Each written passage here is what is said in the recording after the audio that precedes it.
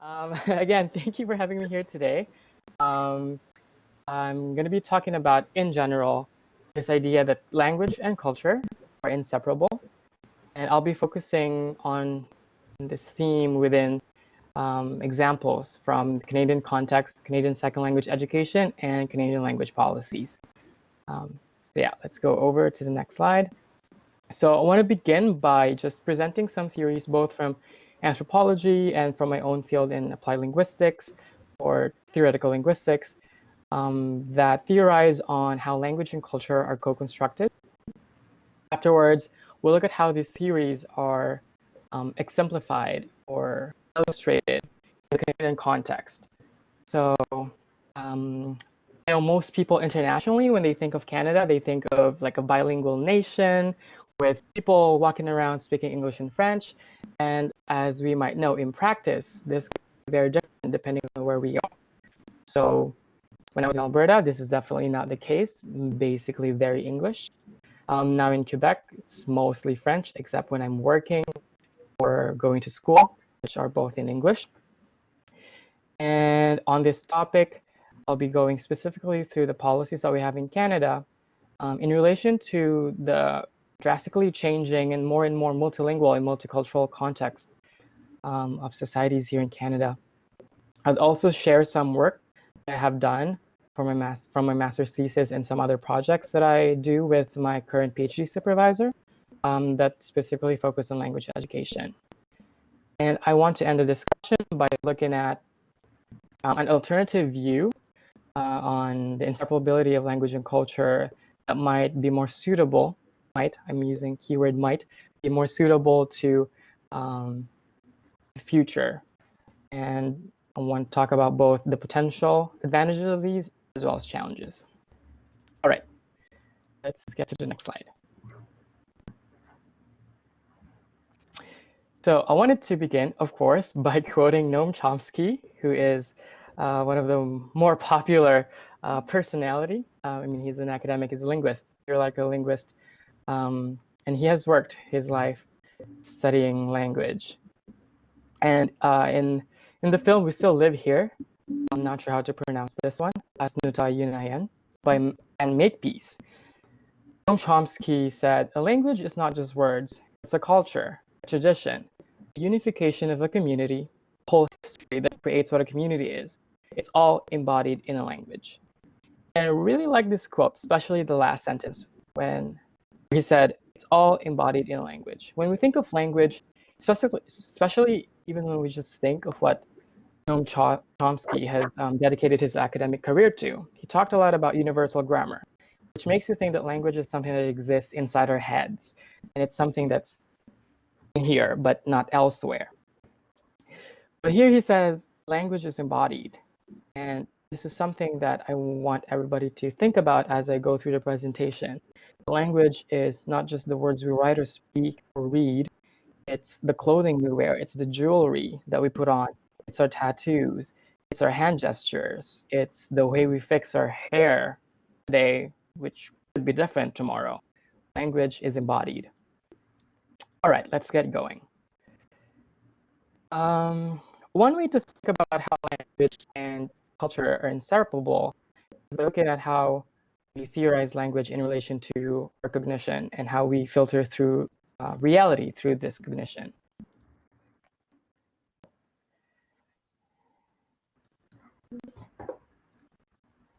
So, of course, the most popular concept that I think you guys have covered in the class as well is the Sapir-Whorf hypothesis, which is a widely used concept in anthropology and linguistics, sometimes also known as linguistic relativism, because in previous reiteration of this concept, or the stronger version of this concept is called linguistic determinism, where not only that language influences the speaker's worldview or cognition, but that it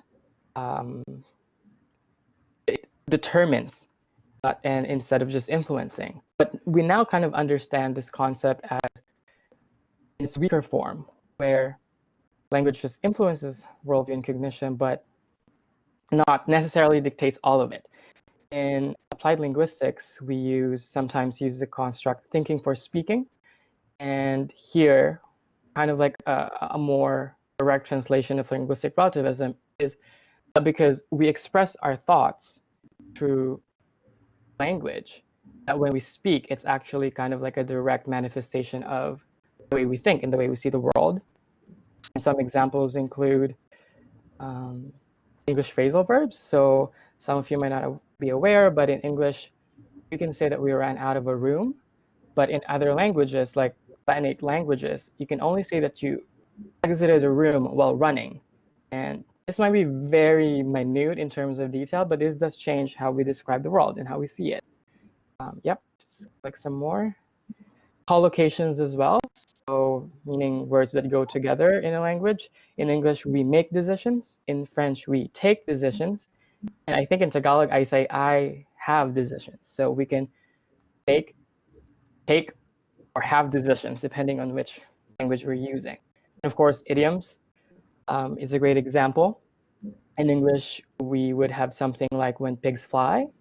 And I think the French equivalent is when chickens grow teeth. I don't know from where that imagery comes from, but it's a very different imagery. And of course, gender. Some languages have grammatical gender, and it does greatly influences and kind of, it's a good word for it. It makes it tense for certain populations to use that language and live in that language.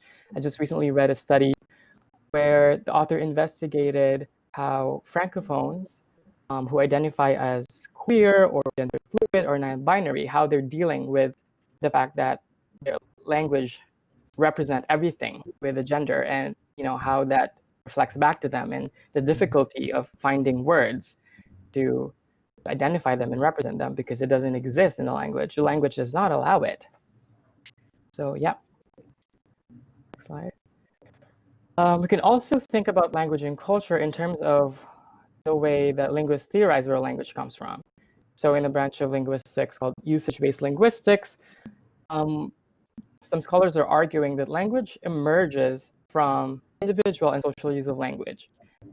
For example, the specific way that we're using language right now will be very different from, say, the way I would use English with my mom just after this, because my mom is not first language speaker of English, so I might have to tweak my English a little bit, and I never talked to her in academic English.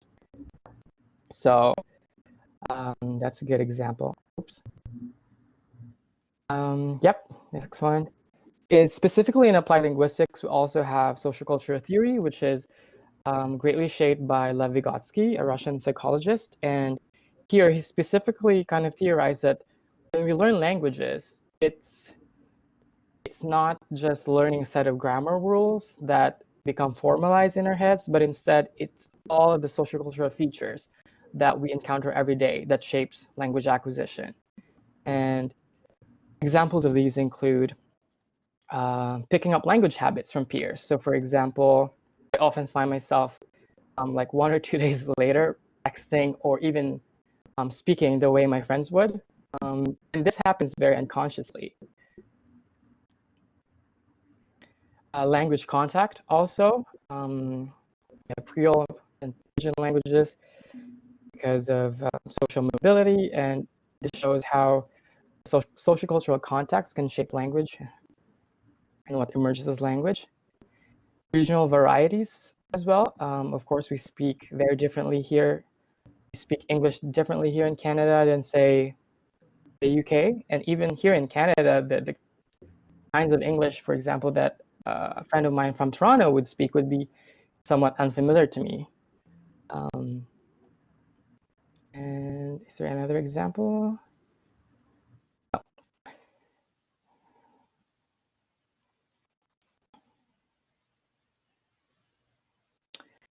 And of course, from the more social cultural aspect of it, many anthropologists have also theorized language in relation to race and racial categories or racial perceptions of people.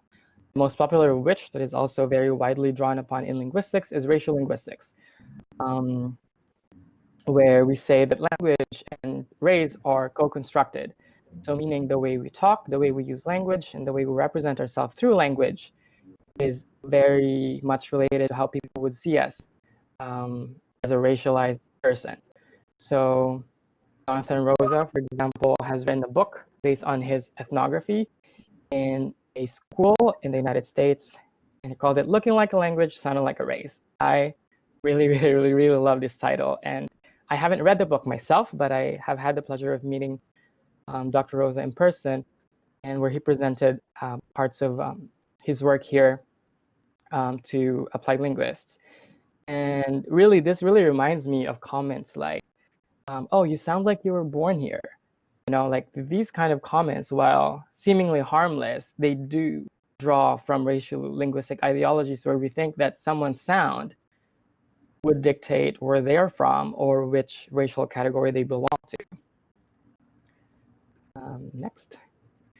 And of course, the Heims have conceptualized speech communities, and more recently, Ben and Cook have also discussed ideas of spatial repertoires, where because of these types of conceptualizations where language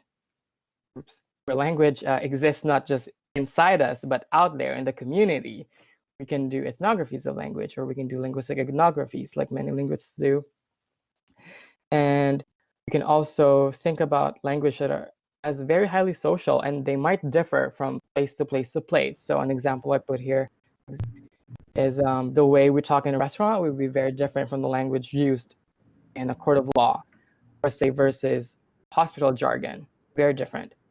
Again, you sound like you were born here. We discussed that. And speech communities, like the way people would communicate with each other on Reddit would be very different than, say, the way I'm delivering this presentation right now, or the way a journal reviewer might communicate his comments to me on a manuscript for an article. We can continue. And kind of a great summary of how we see language and culture as inseparable is this notion, very old notion of one language, one nation. Many scholars have discussed this idea, but I particularly picked Maconi and Pennicook's discussion because it seemed quite radical to me and very critical when I read it, but it does explain a lot. You know, we have notions that say countries like France would speak French. We have this notion that language co-constructs with nationhood, and they said that this came about when the Western world started expanding and colonizing other territories and realizing that locals in places that they wanted to colonize, they didn't really have an idea of named or distinct languages. They know that the language they're speaking might be different from the ones that their neighbors are speaking, but they didn't treat language as a noun. It was more like a verb. They language, they communicate, but they didn't pay attention to the fact that, say, English might be different from French. Of course, I'm using these as examples, but English and French are colonial languages. They weren't the ones colonized. So yeah, so this kind of become a critical topic when, say, the English came to India and realized that India is very heteroglossic, or that it has so many different dialects and languages. In the Philippines as well, we often say that Filipinos speak Filipino, but sometimes you might hear Tagalog, but Tagalog is only really spoken at particular places in the Philippines. If you go to the south, they didn't speak Tagalog. Would that not make them Filipinos then? So we also have, of course, various African nations where I have had students from Africa learning English who would tell me that they already know 3 to 5 different African languages / dialects. So this really puts this idea of one language, one nation into space for negotiation and contestation. What about Canada? So now let's pay attention to Canada, because again, we have an official bilingual policy, but what is happening on the ground? Let's move on. So according to Statistics Canada, between 2011 and 2016 alone, we had 1.1 million newcomers. So by newcomers, they define these as recent immigrants that have immigrated to the country in the last 5 years when they conducted the survey. And this might not seem a lot, but you know, for some, it might be. And I would say it is. For 5 years, that's about 200,000 people. And what this type of social mobility and movement brings is, let's go to the next slide. It's a lot of languages and a lot of cultures.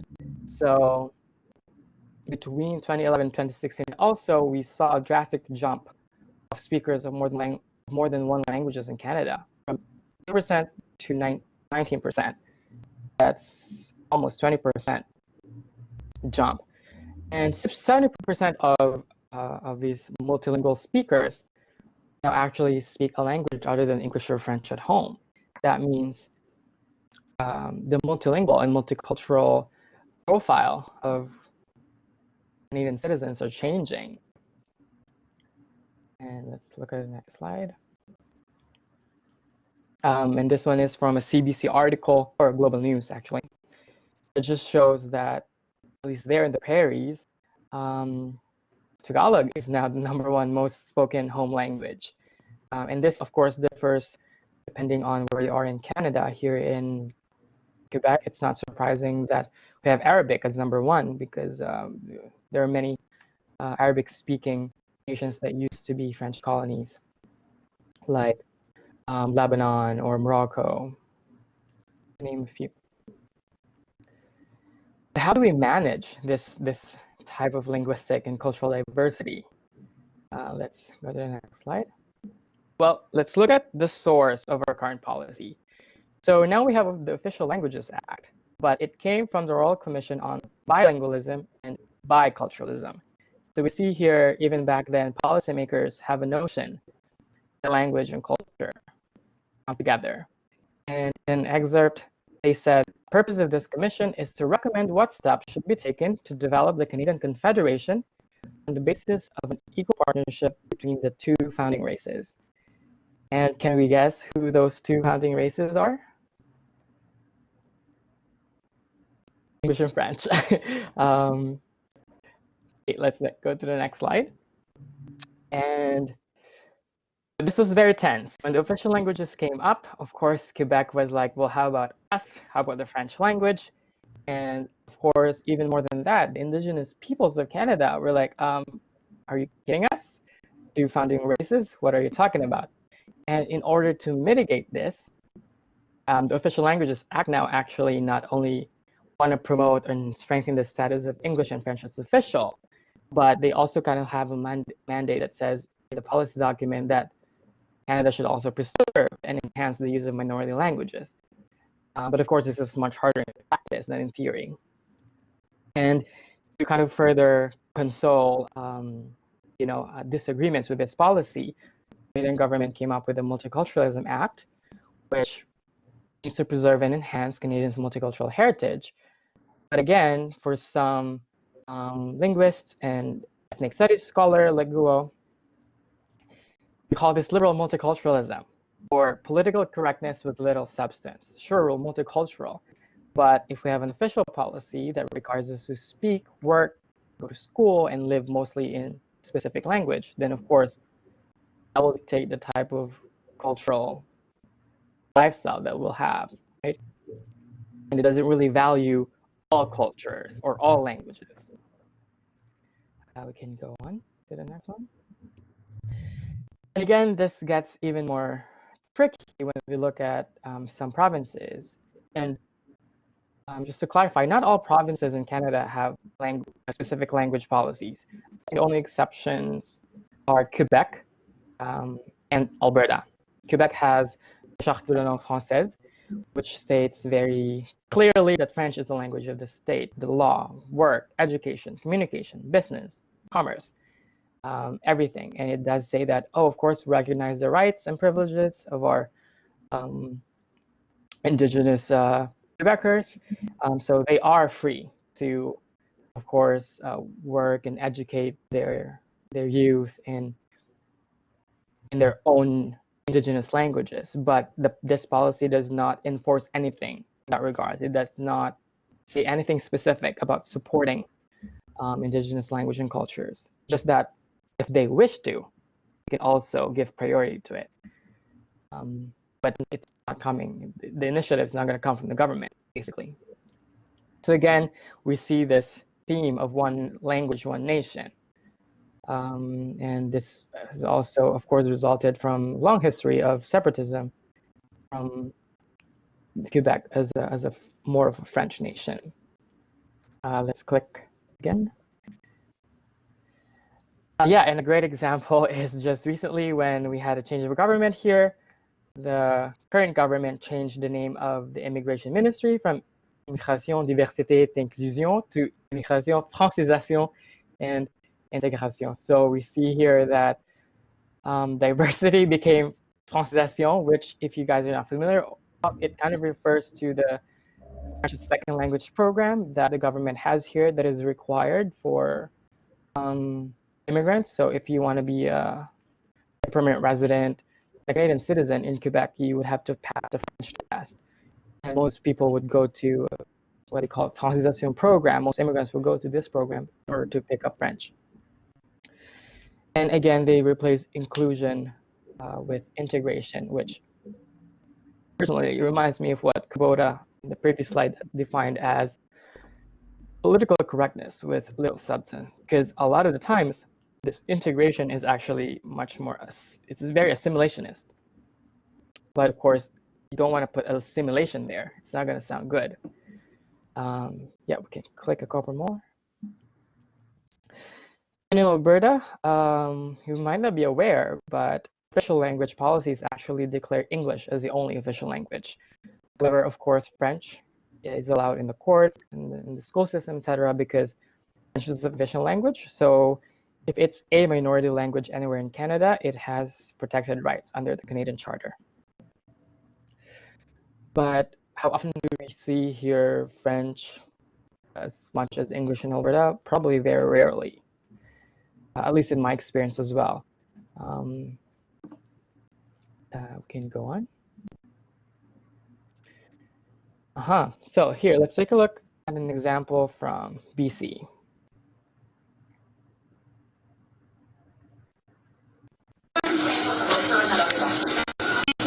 Shut up. Speaking in Chinese is Chinese. Shut up. You're rude. Speak English in Canada. Rude as fuck. Who do I complain about? Shut up. You're rude. You are rude. Go somewhere else. Who do I complain about? Give me the number.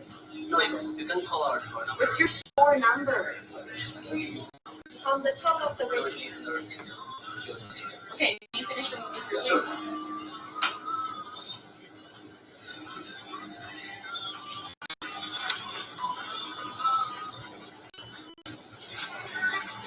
Hey, Sharon is like a mood manager here. She said she would give it for us.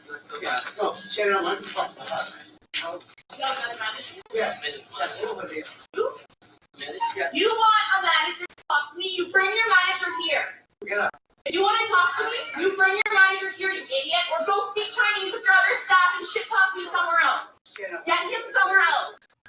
What the hell is going on? You start fights with all your fucking people and get him in the back. That is rude. Shut up and get out of here, you idiot. That's fucking rude.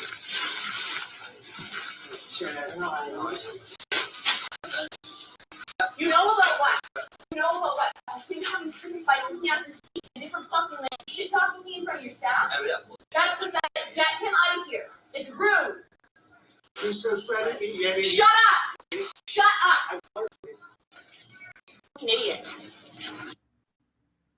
Okay, so why did I show that example?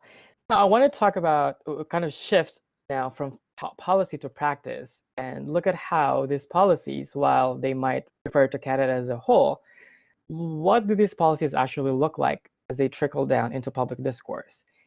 And when we go look into what people say, and I'm sure you might have encountered other examples in the past or in real life, we hear people say something along the lines of speak English in Canada, or you're in Canada, you have to speak or learn English. I guess this is something probably more familiar to us when we think of the US, when it comes to discourses in English and Spanish in the US, even though the United States has no official language policy.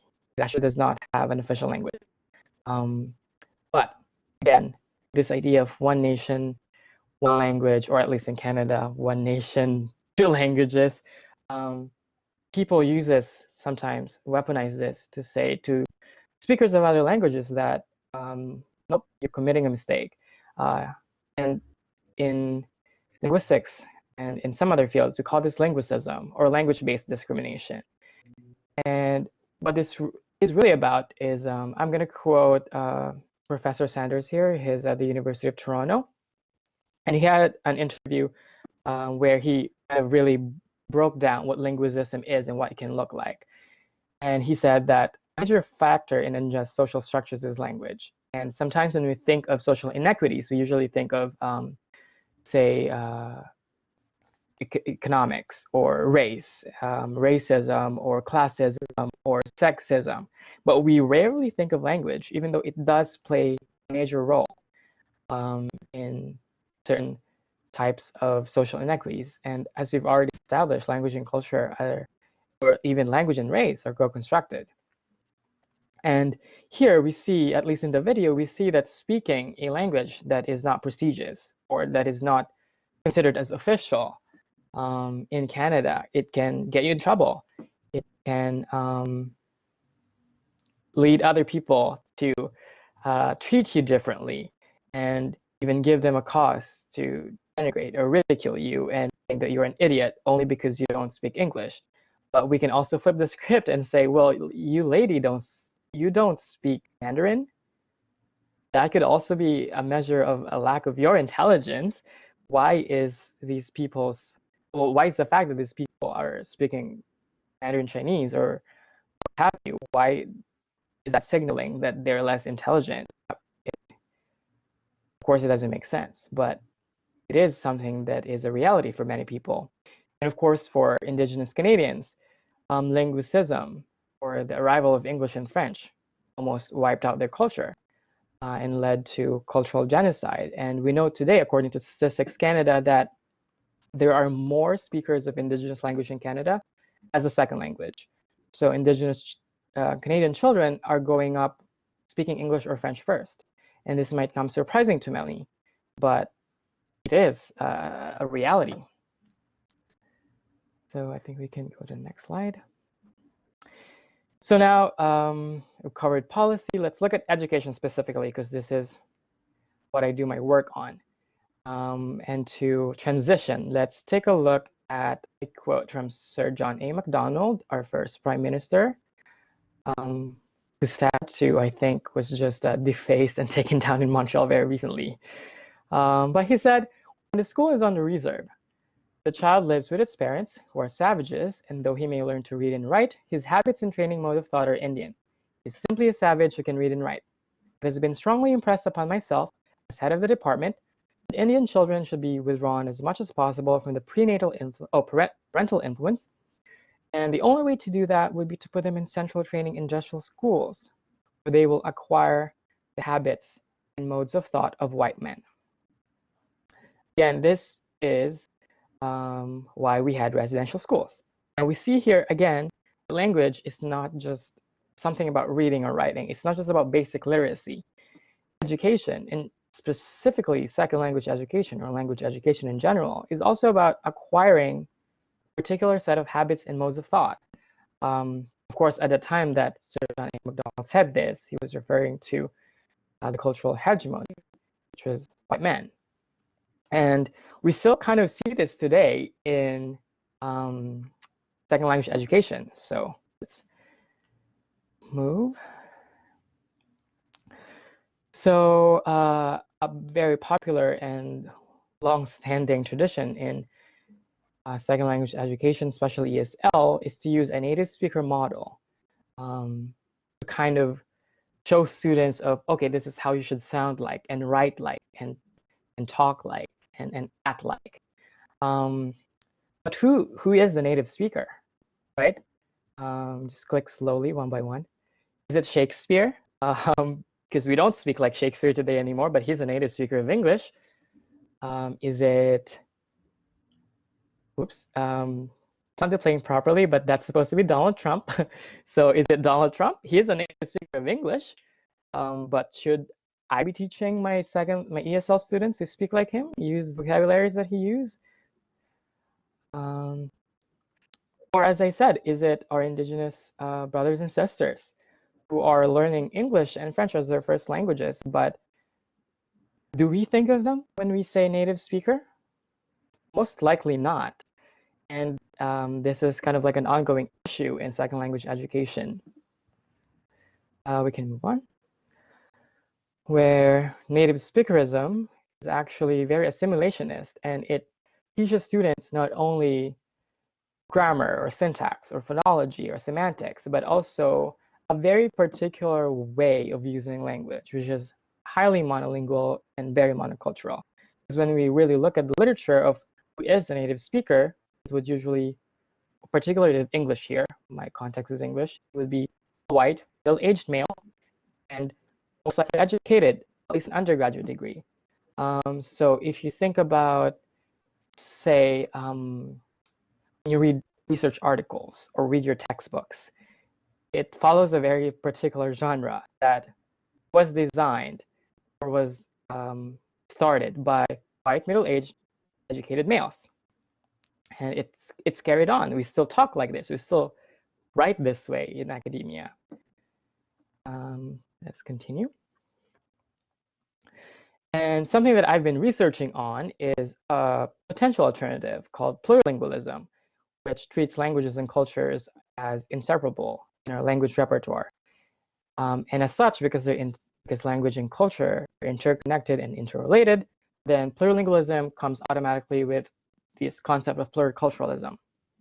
And you might be wondering, well, what about people who might only be speaking English? Well, in this kind of framework, everyone's plurilingual. Because even if you think that you're monolingual, you're most likely adept at using different varieties of your, say, only one first language. Again, the way you would text your friends is a different type of English than the way that you would write a paper for Evan's class, for example. And all of these are part of your language repertoire. Because we've been accustomed to thinking of language and language learning and multilingualism or bilingualism as additive. We only think that we can be more than monolingual if we can add something else to what we already have, even though our own first language can come in many different forms and variety. In this framework too, language learning and language use, again, are shaped, of course, by the speaker's life trajectories and lived experiences. The way I speak English now is still shaped by the way I learned English in the Philippines, and it's just the reality of things. And of course, different experiences lead to different acts of languaging, if you want to get like real theoretical about it. But another main focus of this theoretical framework is giving the speaker the agency that they deserve as social actors. We use language as a tool, sure, but that also means that even in the classroom when you're learning a new language, or even in this class when you're writing your paper, you might have to follow certain conventions in how to write that paper or how to do your presentation. But you are a social actor. You have agency to deviate away from that set of rules if you have to, or if you want to.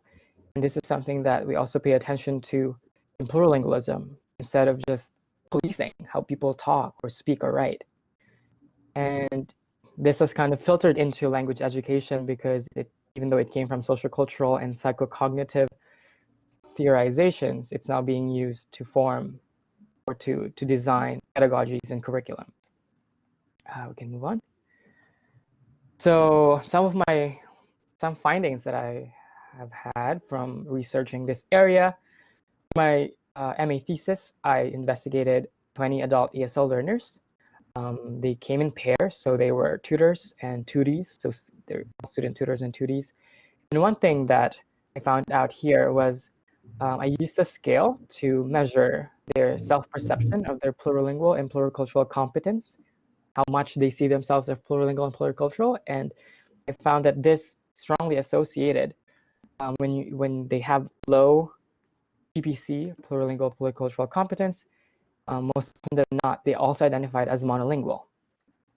Even though in this self-reporting questionnaires, I defined what I meant by monolingual, bilingual, and plurilingual. And in my definition, as I defined in the previous slide, everybody would have counted as plurilingual.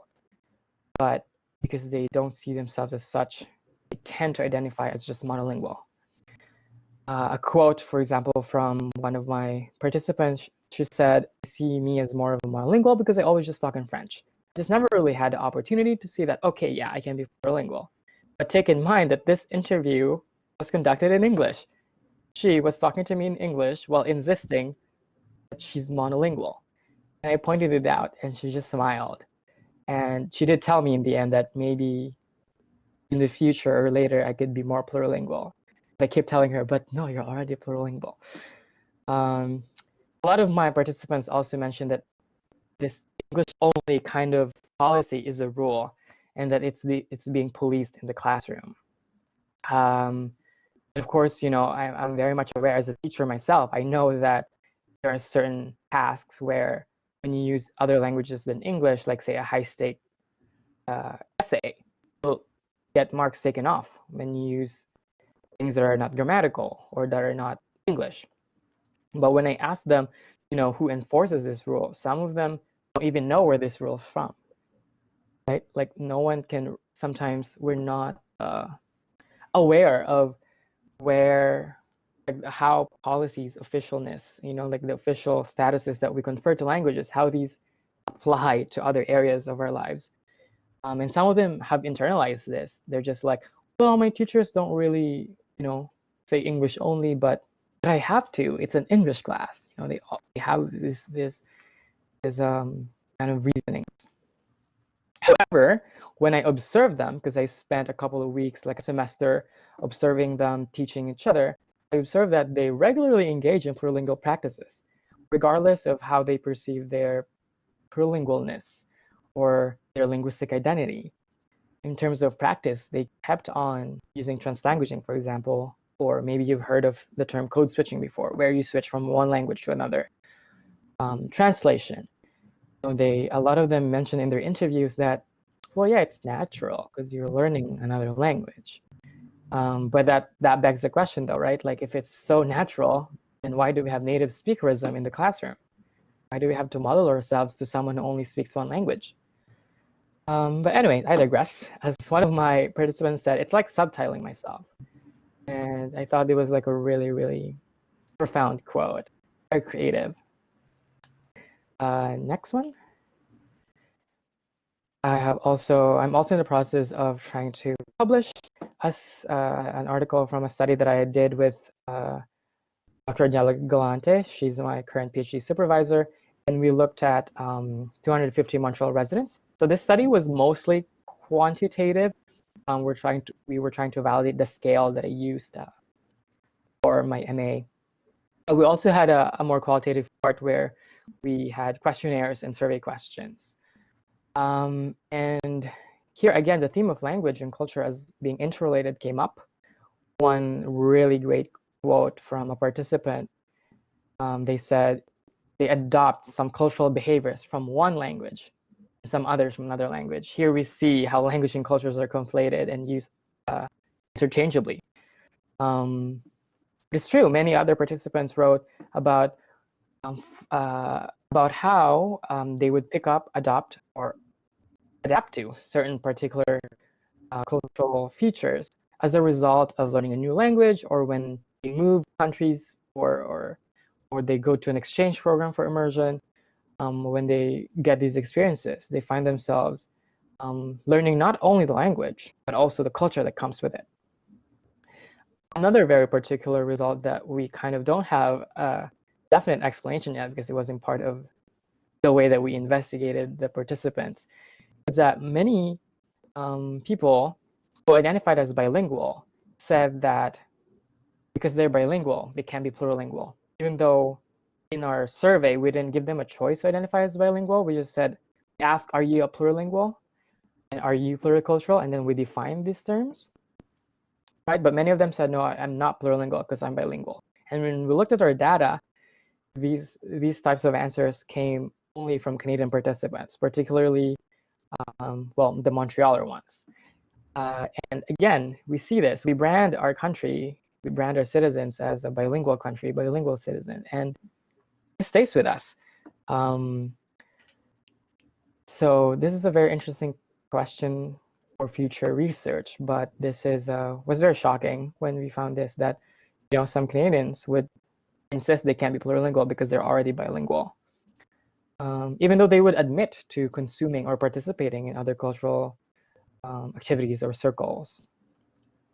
And of course, very similarly, many Chinese participants, which we had quite a lot because there are a lot of international Chinese students, many of them identified as monolingual and monocultural, and they insisted on this. And while of course we cannot explain this based solely on the data we collected, but my supervisor and I were talking about how this could be related also to policies in China, where I've been following the news recently there about the Mongolian language and about how the Chinese government is trying to ban it from museums and schools. And China also has this kind of policy to brand itself as one united Chinese, or China, right? And yep, next slide, please. Thank you. And even just some of the works that my students do in class, it kind of like tells me how, even though they cannot articulate it properly, so I made them do memes on particular themes, they can understand in their own way how language and culture are very tied together. So a lot of students talked about how their accent or accentedness is perceived as not being a good English speaker. Again, native speakerism ideologies kicking in here. Another one. This is another one, just a kind of a slight variation to the meme, but again, accent, accentism, and sounding, let's face it, sounding white makes you seem to be more proficient in English. Next one. And this one is really great too, like as young, like this is from a young student, like an elementary student, maybe grade 7 or 8. And as young as they are, they have awareness of their plurilingual realities. And how? Because they know English and French, but they live in Quebec, but they love learning English, but they have this difficulty. They feel like they have to choose. And this is because we have a monolingual policy in the province within a bilingual policy in the country. And I think there's might be one more. Yes, yeah, so this is again the policy that I was talking about. Yeah, of course I might sound biased because I'm the English teacher, but I mean, I learned French too. I love learning French, but policies do affect how we experience language education. And I just thought this one is really not only funny, I don't know if, I guess because I'm familiar with the context, but also the fact that they visually represented French language using Quebec cultural symbols like the fleur de lis or French flags and the blue colors. But they do tell me this all the time, that their parents send them to the US to learn English during the summer, but everybody ends up speaking French anyways. Which is also a totally different types of problems when it comes to immersion programs. But yeah. So we're kind of in this impasse, and where does this lead us? So a great quote from Robert Wade. He said, "Monolingualism is the illiteracy of the 21st century."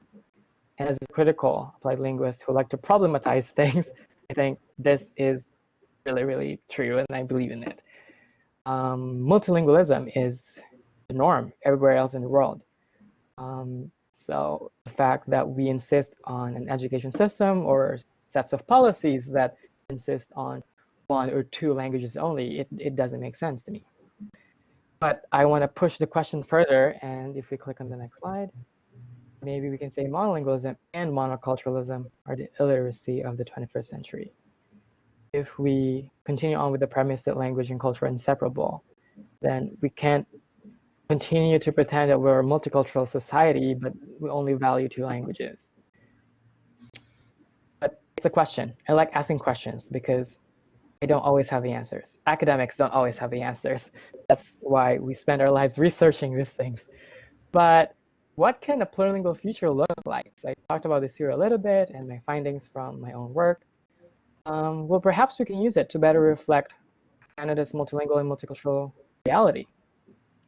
Maybe we want to do this so we can validate and encourage plurilingual and pluricultural identities and practices from our citizens, which, as we saw, this part of our population is growing, and more children are learning more than one language as young as they are.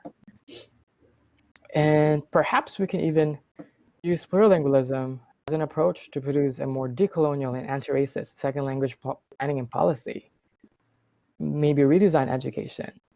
And this is also part of the challenges that I would talk about in a bit, but if you notice, I barely talked about Indigenous issues from this. Still, topics that might sound inclusive, like plurilingualism, still focuses on things like English or French, which are traditionally colonial languages. But yeah, there's a video here that I wanted to use as an example of what plurilingualism might look like in practice. Namaste. मेरा नाम श्री प्रसन्न कुलकर्णी है. Fui confianza French, nadie con una condición preexistente debería de ser delegado de un tratamiento.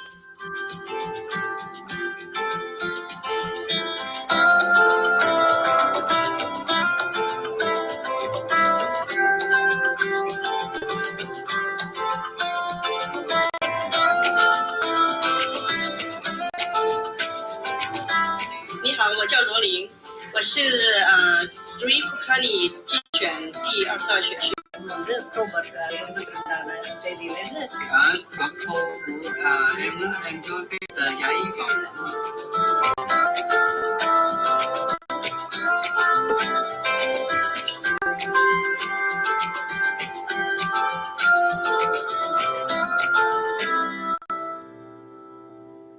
Democrats have a liberal American. He's a carpetbagger, just moved here last year.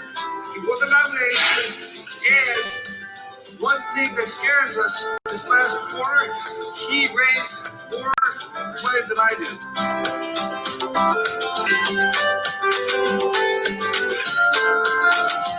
Sri was born in Louisiana, and we brought him to Texas when he was 2 years old. And then he went to the University of Texas, left Texas, and he joined the Foreign Service to serve our country. Shri's as Texan as they get.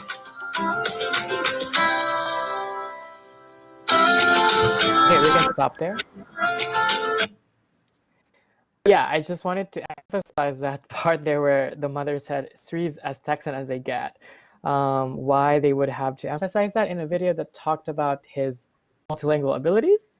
Well, go figure, because language and cultural identity go hand in hand. While this might look like a happy ending to a fairy tale, many scholars have also raised attention to possible pitfalls of multi or plural approaches. So, for example,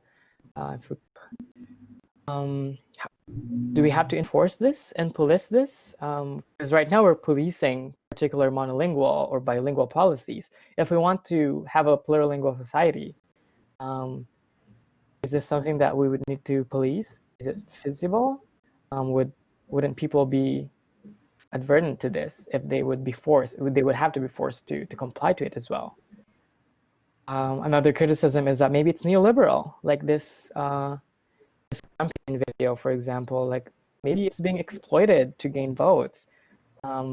Maybe he doesn't really care, right? And this is also one big criticism because of the neoliberal and capitalist context of our societies today. And again, as I mentioned earlier, where are, I should say, indigenous languages and cultures in all of this discourse? Why don't we have official policies that should support and revitalize indigenous languages in Canada, especially your cultures? Canadian indigenous languages are projected to be extinct in the next generation even. That's very soon. Where's the government in all of this, right? And of course, the big question is, are we ready as citizens, you know, students or workers, policymakers, teachers, are we ready to kind of shift from comfortable way of doing things that we have now into something more different and something that might be more challenging? And I want to end, okay, I finally ended. Sorry, that took a while, but I want to end with a quote by Professor Ryan DeCare. He's also at the University of Toronto. He's a linguist, and he also sits at the Department of Indigenous Studies. And he said that people revitalize a language, but really it's the language that revitalizes a people. And he just did this interview. This is from an interview in the link below. This interview like October 29th, and it couldn't have come a more serendipitous time, because this really made me think about, okay, why am I talking about language and culture? What does this have to do with policy and education? And I think if we think about the fact that last year was the 50th anniversary of the Official Languages Act, you have to think about how this has shaped Canadian linguistic and cultural landscape in the past 50 years. You know, the languages that are considered as official in these policies, the cultures that are prioritized in these policies, which groups of people are these policies revitalizing then, you know, in terms of what Professor DeCare is trying to say. And yeah, I think it's just like a much more optimistic and positive way of ending a very critical talk, I think. Yeah, language revitalizes a people. I wanted to end with that. And I think that's it from me. Thank you very much again. So sorry for all the technical troubles from the beginning. We overextended, but I also would love to acknowledge the Social Sciences and Humanities Research Council of Canada for funding my MA research, parts of which I have shared with you today. Yeah, thank you. And I would welcome any questions or clarifications that you might have.